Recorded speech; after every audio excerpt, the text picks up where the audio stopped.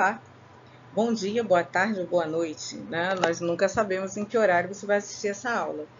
Mas enfim, hoje nós vamos ter uma pequena conversa, né, sobre alguns assuntos bem pertinentes, uma aula curtinha, uma aula leve, só para a gente relembrar alguns pontos importantes para quem vai fazer a prova do professor do Estado ou município de João Pessoa, tá? Eu sou a professora Adriana Silva, sou pedagoga, também sou formada em letras, jornalista e trabalho com a linha de concursos públicos há mais ou menos 20 anos, 10 anos de gestão e 30 anos de sala de aula. Então, vamos conversar um pouco sobre alguns. Se vamos trabalhar na perspectiva da educação, é lógico que não podemos deixar de lado, né, teóricos de extrema importância para a banca EDECAN. Né? Como disse, eu trabalho com concursos públicos há mais ou menos 20 anos e é uma banca até muito previsível. Nós já sabemos do que eles gostam, sabemos quais teóricos eles seguem e exatamente por isso é que a gente vai falar um pouco sobre dois teóricos importantes antes da gente fazer alguns exercícios, tá? O primeiro deles é o nosso querido Libânio, professor José Carlos Libânio, contemporâneo nosso, professor, né, de sala de aula, escritor, palestrante, que hoje não está mais em sala de aula porque se aposentou, mas continua escrevendo e trazendo bons artigos, né, e boas reflexões para nós no âmbito da educação.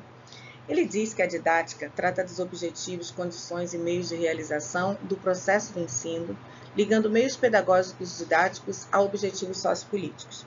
Ora, quando falamos em educação, em nenhum momento podemos esquecer que a educação tem uma função social e trabalha com objetivos, né, e com meios didáticos, pedagógicos, ou seja, técnicos, né, dentro da educação, mas que eles visam alcançar objetivos sociopolíticos. E o que queremos dizer com esses objetivos sociopolíticos? A educação ela tem uma função social, ela tem uma função de socializar. E esses objetivos sociopolíticos nada mais são do que trazer o quê? A formação cidadã para um bem comum, né? Nós formamos não só para conteúdo, não temos uma formação conteudística na educação brasileira, mas temos uma formação para a vida.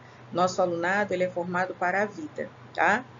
Também Libânio diz que não há uma técnica pedagógica sem uma concepção de homem e de sociedade, né? Lógico, nós não podemos chegar com uma técnica perfeita, trazer tudo que eu sei sobre o meu componente curricular, né, seja qual for ele, e a partir daí eu trazer sem uma conexão com a realidade, sem uma conexão com aquele meio, aquilo que o aluno vive educacionalmente dentro dessa sociedade, dentro dessa identidade cultural, dentro dessa identidade social que ele tem. Então, a nossa educação ela nunca pode estar desatrelada disso, ela nunca vai estar separada, desassociada de alunos que são preparados para viver em sociedade, né? E nós sabemos que isso tem cada vez sido mais difícil, porque todos os entes sociais eles precisam fazer o seu papel, a escola, a família, e muitas vezes isso não acontece, sobrecarregando a escola e, consequentemente, nós, professores, né? A didática, segundo a professora Mizukami, que é uma outra teórica, Maria da Graça Nicolete Mizukami, uma outra teórica que a banca EDECAN gosta muito e que é sempre embasados, né, os editais da EDECAN e das provas nos trabalhos teóricos da professora Mizukami, que também é uma contemporânea nossa, também palestrante, escritora, em sala de aula, né, e com experiência vasta dentro daquilo que ela fala. E ela diz alguma coisa que não difere do que Libânio acabou de falar. Ela diz que a didática é uma disciplina que se dedica ao estudo dos processos de ensino e aprendizagem, fornecendo orientações e diretrizes para a prática pedagógica. Existem várias abordagens teóricas da didática que têm evoluído ao longo do tempo, e influenciando a forma como os educadores planejam, implementam e avaliam o ensino. Abaixo estão algumas das principais abordagens teóricas da didática. Então, a professora Mizukami, no seu livro As Abordagens do Processo, ela traz algo que é de extrema importância. Com uma visão muito parecida com a de Libânio, mas com nomenclaturas diferentes, ela diz que as abordagens, né, dentro da educação, elas vêm primeiro de um fundamento na psicologia da educação, através das teorias da aprendizagem, e depois ela traz para nós como funcionam, mais ou menos, os processos de ensino-aprendizagem. Portanto, ela entende que nós temos várias formas de abordar o ensino, de acordo, de novo, com o homem, a sociedade que vivemos e a preparação cidadã que nós queremos dar aos nossos alunos, né? Ela diz que a didática fornece orientações e diretrizes para a prática pedagógica. É sobre isso, por isso toda prova de professor sempre vai ter uma prova de didática, para saber se o professor domina esses processos entende essas orientações e diretrizes, se ele está a par do que está acontecendo na educação brasileira, porque nós sabemos que temos muitas legislações e também sabemos que nem sempre a prática está de acordo com essas legislações.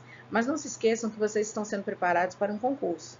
E enquanto concursandos, vocês precisam entender que nem sempre a prática que a gente vê e tem da sala de aula vai ser o que vai ser cobrado no concurso. O concurso vai cobrar a teoria, o concurso vai cobrar a legislação, aquilo que está determinado para acontecer, mesmo que muitas vezes não aconteça. Tá?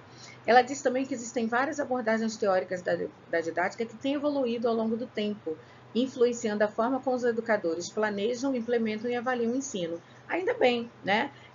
Dizemos ainda bem, porque já imaginou nós ficarmos tão somente na educação tradicional para sempre? A abordagem tradicional é a primeira que a professora Mizukami trabalha e é de extrema importância. Nós todos temos elementos da educação tradicional na nossa prática pedagógica. Entretanto, nós nem por isso ficamos parados nela. Nós agregamos elementos novos, nós trazemos questões relacionadas a implementações de abordagens como comportamentalismo, behaviorismo, que busca mudar o hábito e o comportamento do aluno. Eu sempre digo que nós somos mais comportamentalistas do que pensamos, né? Nós gostamos de tudo bem determinado, né? Nós gostamos que o aluno siga o nosso passo a passo. Isso é comportamentalismo. Nós temos as abordagens construtivistas e cognitivistas que visam ao aluno trilhar o seu próprio conhecimento na relação com o objeto. Nós temos a sociocultural de Vygotsky, né? Nós temos a tecnológica, a transdisciplinar. Então, as maneiras abordagens que a teórica nos traz, né, citando alguns exemplos que a professora Mizukami trabalha, elas vão fazer o quê? Elas vão se acoplar à sociedade, ao alunado, aquilo que nós temos de estrutura para oferecer a esses alunos dentro da nossa prática pedagógica. Tá? A partir daí, né, fazendo essa introdução, vamos resolver uma questão que traz exatamente algo bastante interessante relativo a isso. Tá? E ela pega um ponto que vai lá atrás na Constituição de 88, que para nós é o marco da mudança dessa educação que temos hoje. Em que sentido é um marco? Porque a Constituição de 88 é que vai gerar, né, o embasamento legislacional para a Lei de Diretrizes e Bases que vai ser implementada em 1996 e que está em vigor até então, com as suas alterações posteriores, tá? E ela fala sobre um ponto que não importa qual é o seu segmento, se o concurso é do estado ou do município, você precisa saber essas informações, ok? O atendimento em creches e pré-escolas, como direito social das crianças, afirma-se na Constituição de 1988, com o reconhecimento da educação infantil como dever do Estado com a educação. Sendo assim, assinale o item correto.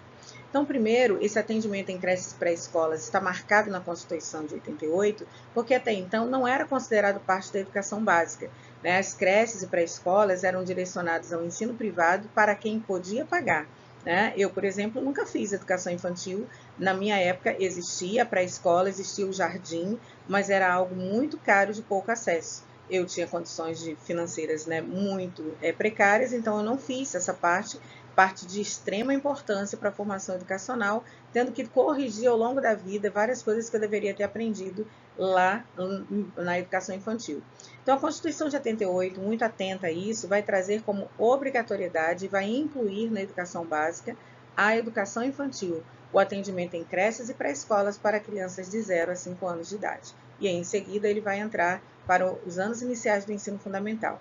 Então, essa é a divisão que nós temos hoje na educação, e ele quer saber sobre o seguinte: baseado nisso, o que está correto aí nas questões? Então, a gente sempre tem que ter em mente que quando eu vou fazer uma questão de uma prova, eu preciso entender o comando dessa questão. Qual o comando que eu quero, que eu trago para essa questão? E diz assim, letra A. A matrícula na educação infantil de crianças que completam 4 ou 5 anos é obrigatória até o dia 31 de maio do ano em que ocorrer a matrícula. Na verdade, não, né? Esse mês aí está errado, nós sabemos que não é o mês de maio, é o mês de março. E a banca gosta de fazer essas brincadeirinhas, né? Para ver se você está atento, porque é algo que todo mundo sabe. É algo que a gente sabe, de nomenclatura, de ano, de data, mas na hora da prova, muitas vezes até pelo nervosismo, a gente termina engolindo essa questão e vendo ali, tá com a letra M, tá dia 31, tá certo. Então, sempre muita atenção quando você for responder as questões, né? A educação infantil, letra B, primeira etapa da educação básica, é oferecida em creches e em pré-escolas, espaços institucionais domésticos para educar e cuidar de crianças de 0 a 5 anos de idade somente no período diurno. Então aí tem algumas coisinhas aí problemáticas nessa questão, né? A primeira delas é quando ele diz que é a primeira etapa da educação básica, tá certo. É oferecida em creches e pré-escolas, também tá certo. Mas aí ele acrescenta espaços institucionais domésticos. Bom, quando passou a ser lei em 88, posteriormente em 96, a gente não vai mais tratar o espaço doméstico como um espaço adequado para o ensino da educação infantil. Por quê? Porque ela passa a ser uma educação formalizada, institucionalizada e legislada. Então, o que está errado aí seria esses espaços institucionais domésticos. Não, mas eu tenho lá na minha casa, eu boto lá na minha sala umas 10 crianças e eu ensino. Aquilo ali é educação infantil. Não, você está tratando de um ensino informal, né? E que não vai entrar e contabilizar se ele não estiver dentro da legislação brasileira para a educação infantil, tá? Letra B está incorreta. A proposta pedagógica é o plano orientador das ações da instituição e define as metas para a aprendizagem e o desenvolvimento das crianças que nelas são educadas e cuidadas, e elaborada num processo individual com a participação apenas da direção escolar. Está o erro aí muito grave, muito claro, porque a gente trabalha desde 88 com uma proposta de gestão democrática do ensino. Todos os entes, né, de uma sociedade participam desse ensino e dessa gestão. Então, não é um processo individual, muito menos com participação apenas da direção escolar, né? É isso que está errado. Portanto, a gente tem como correta a letra D, que diz assim: a educação infantil em tempo parcial é a jornada de no mínimo 4 horas diárias e em tempo integral, com igual duração a superior ou superior a 7 horas, compreendendo o total que a criança permanece na instituição. Essa é a questão certa. Lembrando, você diz, eu não sou professor de educação básica, eu não sou professor de educação infantil. Não, independente de ser professor de educação infantil, são questões sobre educação brasileira que vão impactar todos os outros segmentos. Então, você precisa saber. Porque se você é de anos iniciais, por exemplo, você precisa saber com que idade a sua criança chega aos anos iniciais, quantos anos ele vai permanecer nos anos iniciais e nos anos finais, até que ele possa ingressar no ensino médio e, posteriormente, no ensino superior. Então, é um tipo de questão que cai aberta para qualquer professor de qualquer segmento, tá? Letra D é a questão correta. 4 horas diárias, né, de tempo parcial e até 7 horas ou superior para o tempo integral. E lembrando que esse oferecimento diz muito a respeito do que a escola possui, a estrutura que ela tem. Se essa escola seja pública ou privada, ela tem que ter uma estrutura para funcionar de maneira integral ou parcial e, dependendo do segmento, né, sendo creche ou sendo pré-escola, ela vai ter ali um impacto maior naquilo que a estrutura vai exigir, né? Cuidar de bebês de 1 ano, 2 anos é diferente de cuidar de crianças de 4, 5 anos, que é diferente de cuidar de crianças de 6 anos em diante, que é diferente de tratar de adolescentes. Então, essa primeira questão da IDECAM, ela trabalha exatamente esse ponto e espero que vocês tenham entendido. Qualquer dúvida, vocês podem colocar aí por e-mail. Sigamos. Na segunda questão, eu quis trazer para vocês um ponto relevante, que é a avaliação da aprendizagem, tá? A avaliação da aprendizagem é uma questão que vai sempre cair em qualquer prova de concurso, né? Nós não temos dúvida com relação a isso. E essa prova da IDECAM, eles nunca deixam de fora alguns tópicos que são de extrema importância para nós quando trabalhamos com educação. Então, essa questão que é simples, né, mas que a gente faz uma revisãozinha em seguida, ela traz o seguinte: a avaliação da aprendizagem é um instrumento utilizado para avaliar a evolução dos alunos ao longo do processo de ensino-aprendizagem. Esse procedimento vai além de aplicar testes e conceder notas aleatórias, porque exige um acompanhamento do estudante em diferentes momentos do processo educativo. Portanto, analise as assertivas abaixo e assinale o item correto. Então, vamos lembrar o seguinte: primeiro, a avaliação durante muitos anos foi alvo de dificuldades entre os alunos, problemas psicológicos, né? Quem não teve uma dor de cabeça, uma dor de barriga, um problema quando tinha uma prova, quando vinha chegar a semana de prova, ou quando na minha época, né, que eu já sou bem antiga, traziam a famosa prova surpresa, né? Quem nunca teve esse problema relacionado a essas formas de avaliação? Com o advento das novas legislações e muito estudo, começamos a entender do que se trata de fato a avaliação, que é bem essa definição que traz o enunciado da questão: um instrumento utilizado para avaliar a evolução dos alunos ao longo do processo de aprendizagem. E a gente sabe que, baseado em Libânio, professora Mizukami, o processo de ensino-aprendizagem, ele vai além de uma questão quantitativa. Ele vai para a questão de um processo formativo contínuo e de uma questão qualitativa. Então, é sobre isso que ele quer que você pense, ele quer saber se você sabe sobre essas informações, e por isso ele bota assim: a avaliação da aprendizagem está sendo praticada concomitantemente com o processo de ensino-aprendizagem, pois a avaliação, no futuro, pode se tornar um instrumento de oportunidade de aprendizagem significativa. Bom, está bem arrumadinha essa letra A, mas ela tem alguns problemas, né? Primeiro, está sendo praticada concomitantemente com o processo de ensino-aprendizagem. Tudo bem, tá? Até aí tá tudo certo. Você vai ensinando, você vai aprendendo, você vai praticando esse processo de ensino-aprendizagem e, ao mesmo tempo, você tem ali a avaliação caminhando de forma contínua, como nós dissemos. Entretanto, ele diz assim: pois a avaliação no futuro pode ser um instrumento de oportunidade para uma aprendizagem significativa. Não é no futuro, é no momento em que se dá a prática educativa, porque a aprendizagem precisa ser significativa. A aprendizagem ela precisa apontar para o aluno aquilo que ele precisa saber e aquilo que ele precisa corrigir. O professor vai utilizando e recorrigindo a rota metodológica, o planejamento, a partir exatamente dessa avaliação, que é a avaliação continuada. Tá? Então, a letra B traz aí esse no futuro, de novo, um termo entre vírgulas, que é o ponto de atenção dessa questão. Tá?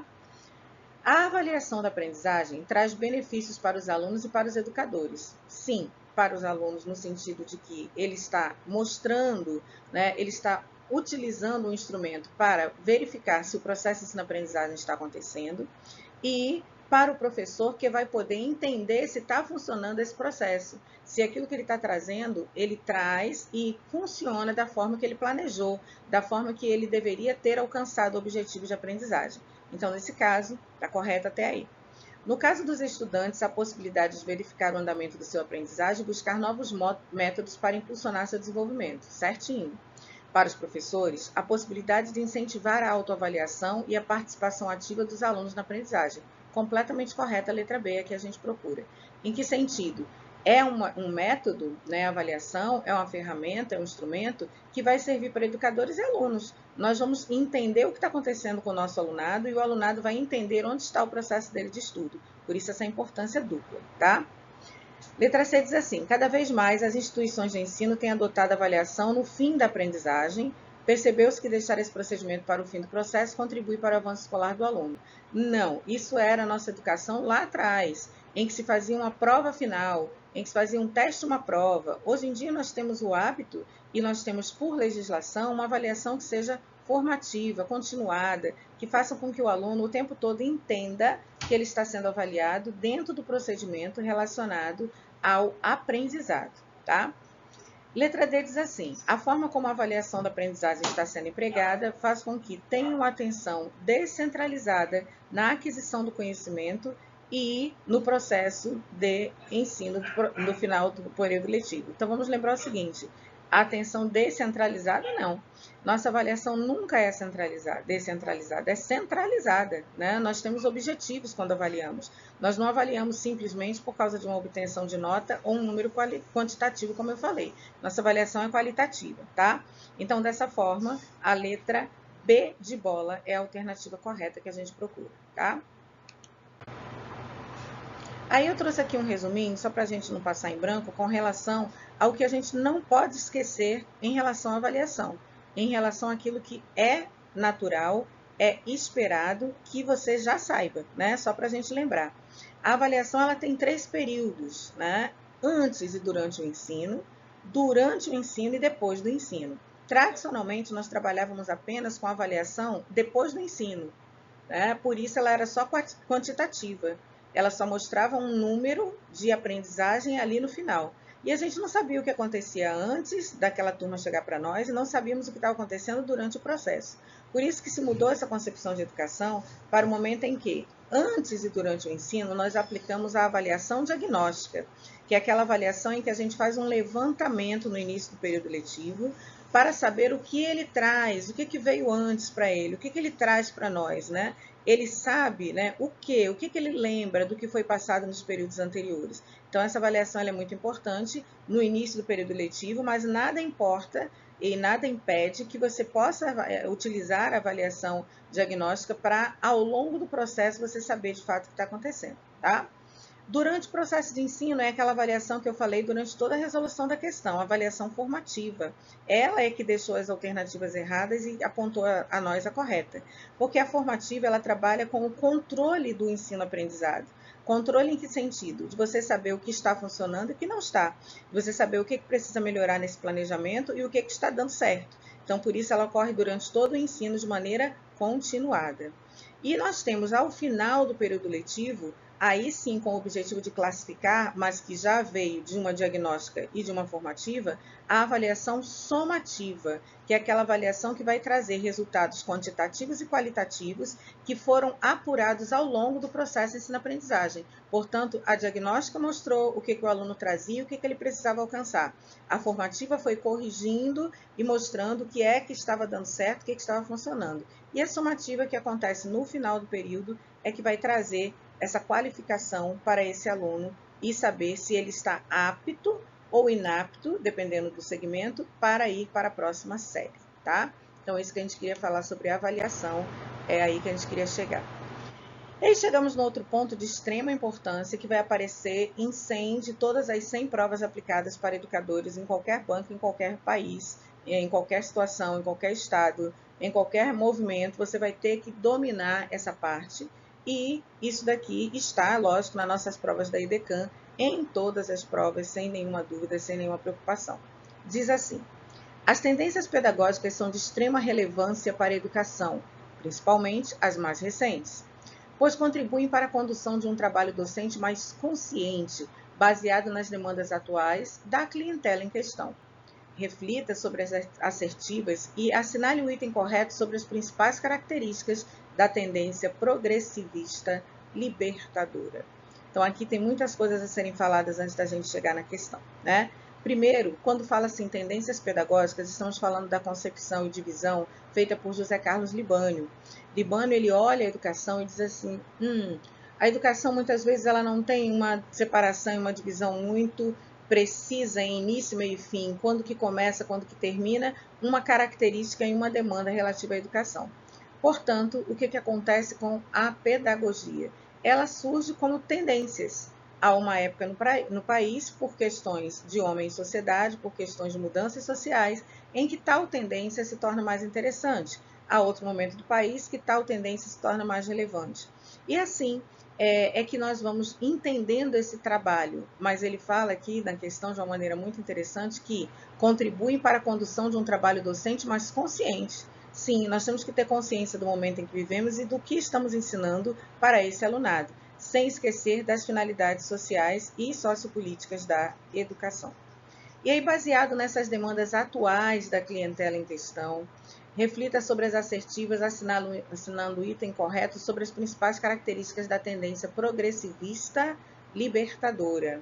Bom, progressivista, a gente já sabe uma coisa sobre ela. Se ela é progressivista, ela vai trabalhar com a perspectiva de que o aluno precisa ser consciente das suas condições sociais, o aluno precisa ser consciência de que onde ele está, de onde ele veio e onde ele quer chegar. Porque o objetivo de uma tendência progressivista ou progressista, né, depende da nomenclatura que a banca queira dar, é de uma questão, é de uma tendência que visa a conscientização, que visa a mudança social imposta ou feita por esse próprio aluno. Tá? Então, esse aluno vai pensar dessa forma como eu vou trabalhar a minha realidade social que não está agradável, para mudar essa realidade social e, a partir daí, de maneira consciente, acertar e conseguir ascender socialmente, se for o meu objetivo, mudar a realidade do lugar que eu estou, permanecer onde eu estou e trazer progresso. Então, é uma tendência, as tendências progressivistas, elas vão totalmente ao encontro de uma ideia de conscientização e mudança de posicionamento. Especialmente a libertadora está ligada sempre a um teórico específico, que é Paulo Freire, tá? Então, apesar de tudo que se diz sobre Paulo Freire, é uma tendência que não atua em escolas especificamente. Né? Segundo Libânio, ela não foi feita nem pensada para a escola com exclusividade. Ela foi feita e pensada para educar. Tá? Por isso, vamos ver qual é a assertiva, né, que traz esse ponto que a questão quer. E assim funciona a letra A. Os conteúdos culturais universais não são incorporados pela humanidade frente à realidade social. Isso aí é exatamente o contrário do que está escrito no texto de Libânio sobre essa tendência. Os conteúdos culturais universais têm que ser incorporados pela humanidade, sim. Lógico que a gente tem que estudar os conteúdos tradicionais universais. Agora, eles precisam estar comparados, eles precisam estar ligados à realidade social daquele alunado, daquela pessoa que está em questão em processo educativo. Eu preciso saber de onde eu vim, eu preciso saber para onde eu vou, para entender por que a educação faz sentido para mim, tá? Depois diz assim a letra B. A aprendizagem é baseada nas estruturas cognitivas já estruturadas nos alunos. Não. Quem trabalha com essa perspectiva não é a progressista libertadora. Né? Quem trabalha com essa ideia é a crítica social dos conteúdos de Libânio ou histórico-crítica em Saviani, né, baseado nos estudos de David Ausubel, né, que é um assunto que a gente vai trabalhar um pouco mais para frente, tá? Os conteúdos são temas geradores, retirados da problematização do cotidiano dos alunos. É essa que nós procuramos. Falou em progressista libertadora, eu estou falando de Paulo Freire, e estou falando de uma tendência que não acontece em escolas, mas ela pode acontecer em qualquer lugar, onde, através de grupos de discussão, de uma maneira horizontalizada entre professores e alunos, as pessoas que estão naquele grupo de estudo, naquele grupo de discussão, elas vão ter o mesmo papel e o mesmo lugar, e um tema gerador ou vários temas geradores vão ser levantados e discutidos, problematizados. Em relação a quê? Em relação ao cotidiano de cada educando. Cada educando vai trazer do seu cotidiano aquilo que ele quer discutir para entender a sua realidade social, tá? Essa é a letra certa. Está totalmente dentro daquilo que Libânio descreve para a progressista libertadora. Os conteúdos são conhecimentos e valores sociais acumulados através dos tempos e repassados aos alunos como verdades absolutas. De forma alguma, nenhuma tendência progressista vai ter essa definição. Essa definição é da tendência liberal tradicional, tá? Em que o professor traz verdades absolutas e que, se são verdades absolutas, de maneira nenhuma eu poderei questionar. Tudo que o professor disse está correto e não merece discussão, até porque o professor é o centro do processo educativo e o que ele diz são verdades absolutas. Então, o aluno ele é passivo, tá? Não é o caso da tendência progressivista libertadora. A que reflete, a alternativa que reflete essa fala, está na letra C. Os conteúdos são temas geradores, porque ele não é aplicado em escolas de maneira estruturada, como estamos acostumados, retirados da problematização do conteúdo dos alunos. E ela ocorre em qualquer situação em que tenha um grupo de discussão, em qualquer situação em que haja ali oportunidade de aprendizado, ok? Para relembrar esse tópico, né, nós vamos repassar aqui rapidamente a ideia de uma tendência liberal e de uma progressista, tá? Ou progressivista. Libânio define assim: tendência liberal é aquela em que, uma vez exista uma sociedade e aquela sociedade tenha papéis sociais pré-estabelecidos, seja fulano vai ser médico naquela cidade, porque aquela cidade precisa de médicos. Aquela cidade precisa mais de pessoas que mexam com agricultura e pecuária. Aquela cidade precisa de professores. Aquele estado precisa mais de pessoas com curso técnico em engenharia. Então, a tendência liberal ela vai utilizar a escola como meio de produção para fornecer os profissionais que a sociedade precisa. Isso é uma tendência liberal. Nada tem a ver com a relação que podemos fazer com o liberalismo econômico, com Adam Smith, não está ligado diretamente a isso, mas é um conceito de Libânio sobre essa concepção de educação. E ela se divide em pedagogia tradicional, pedagogia renovada progressivista, pedagogia renovada não diretiva e tecnicista. E dentro disso, entendamos o seguinte: o que há em comum entre essas quatro tendências? As quatro preparam alunos para exercer um papel social pré-estabelecido. É isso que elas têm em comum. Elas são iguais? Não. Os métodos, metodologias, a escola como um todo, o papel do professor vai mudar de uma para outra. Por exemplo, na pedagogia tradicional, o professor é o centro do processo. Ele que traz os conteúdos em forma de verdades absolutas que não devem ser questionadas. O aluno é passivo. O aluno não vai se considerar como aquele que vai discutir, criticizar, porque o que vem trazido para ele é o que há de tradicional tido pelo professor e repassado como verdade absoluta. A tecnicista, ela trabalha com um método muito objetivo que é: o professor vai ensinar, o aluno vai fazer do jeito que o professor ensinou e assim ele aprendeu. Está embasado na abordagem comportamentalista ou behaviorista de Skinner, de Pavlov, de Watson, né, e de tantos outros teóricos da educação. Bom, a pedagogia tradicional e a tecnicista tem o professor como centro do processo e o aluno como esse ser passivo que vai receber essas informações. Mas no meio delas nós temos a pedagogia renovada progressivista e a renovada não diretiva. As duas têm em comum o quê? São renovadas. Qual é a diferença de algo que é tradicional dentro da didática para algo que é renovado? A pedagogia tradicional, a pedagogia tecnicista, trabalha muito mais voltado para uma teoria, uma direção teórica. E aquilo que é uma pedagogia renovada trabalha com algo em que, primeiro, o aluno é o centro do processo e não o professor. E segundo, a prática, a resolução de problemas, ela está muito mais ligada, né, ao aluno do que a teoria. Existe teoria? Existe, mas teoria a partir dessa prática que o aluno consegue trabalhar, tá? Então, só para repassando, as tendências liberais, essas 4 tendências liberais têm como objetivos comuns a mesma finalidade: preparar alunos para exercer papéis sociais pré-estabelecidos, tá? Não importa se a metodologia vai diferir, se o professor é o centro ou se o aluno é o centro, mas as 4 têm essa mesma premissa: preparar alunos para o processo da sociedade. Aquilo que a sociedade está precisando, a escola vai preparar. Já as progressistas, né, ou progressivistas, não trabalham com essa premissa. Trabalham com uma premissa de conscientização. O aluno precisa ser consciente do seu papel social e, a partir daí, ele vai mudar e direcionar e diferenciar o que ele quer para a sociedade em que ele vive. E são elas a libertadora de Paulo Freire, a libertária de Freinet e a crítica social dos conteúdos de Libânio e Saviani. Diferença entre elas: primeiro, elas trabalham com premissas teóricas diferentes, mas com um objetivo em comum: conscientização, criticidade e fazer com que esse aluno queira mudar sua realidade social, tá? Então é assim que funciona essas progressistas, só para dar aqui uma pincelada nesse assunto, que a gente vai voltar numa outra aula de uma maneira mais aprofundada, tá? Outra questão que chamou atenção foi essa aqui, olha. Compreendendo a relação indissociável entre indivíduo, sociedade e cultura, que a gente já está falando desde o início, e entendendo o que é identidade social a partir do processo de socialização do indivíduo, assinale o item correto. Então, o que a gente tem? Desde o início estamos falando sobre isso. Não dá para dissociar escola, indivíduo, sociedade e cultura, porque identificamos, né, e educamos a partir de tudo isso. Então, não temos como dissociar. E a partir desse processo de socialização, ou seja, de entendimento dessa identidade social, de criticidade sobre o meu lugar, né, de onde eu vim, qual é a minha identidade, ele quer que você marque o item correto. E diz assim a questão: o homem é considerado um ser de relações sociais, que incorpora normas e valores vindos da família, de seus pares e da sociedade. Assim, a formação da personalidade do ser humano é decorrente de um processo de socialização, no qual intervêm fatores inatos e adquiridos.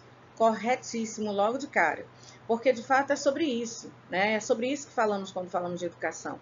Um homem é considerado um ser de relações sociais, por isso a escola tem uma função social, e que incorpora normas e valores vindos da família e de seus pares da sociedade, certo? De novo, os nossos grupos sociais, os grupos sociais que frequentamos, nos influenciam sobre os nossos valores e sobre as normas que acreditamos ser as corretas.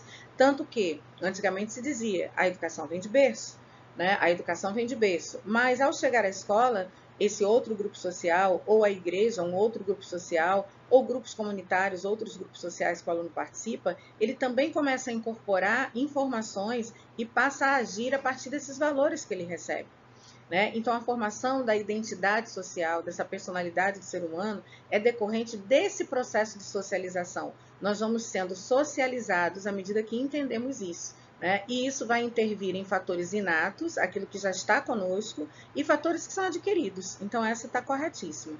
Vamos ver o que há de errado nas outras? Os fatores adquiridos são os que herdamos geneticamente dos nossos familiares, e os inatos são os que provêm da natureza social e cultural. Não mesmo, né? Nós não herdamos, né, fatores adquiridos, né? Esses fatores adquiridos nós adquirimos na convivência social, não é genético, né? E os inatos já vêm conosco.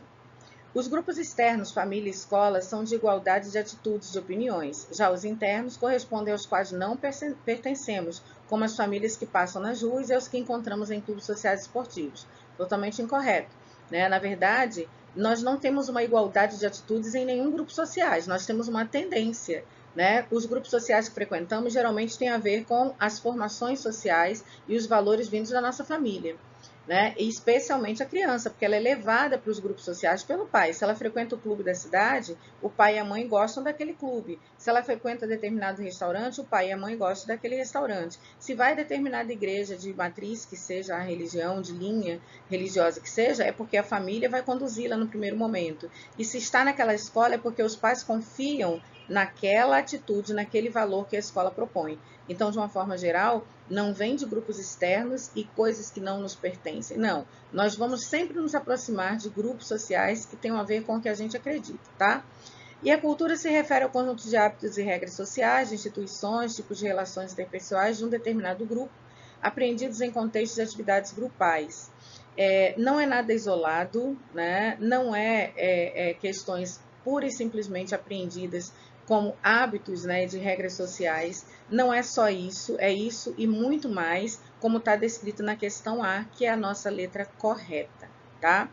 Então, nessa aula de hoje, a gente procurou pincelar alguns pontos que precisam estar muito claros na nossa cabeça para essa prova que vamos fazer, né? Precisamos entender que a educação não funciona sem a participação da família, isso é constitucional, isso está na LDB. A educação não funciona sem estar ligada a uma sociedade, a uma cultura e a um indivíduo. O seu individual, sua identidade social também é respeitada, mas ela participa e sempre de um processo de socialização. Então, de uma forma geral, né, a gente deseja que vocês tenham bons estudos, que vocês possam se aprofundar, né? Tirar dúvidas, podem enviar dúvidas por e-mail, se vocês tiverem, podem fazer comentários e a gente vai procurar abarcar as dúvidas e retirar dentro da medida do possível. Espero que vocês tenham gostado da nossa aula e até a próxima.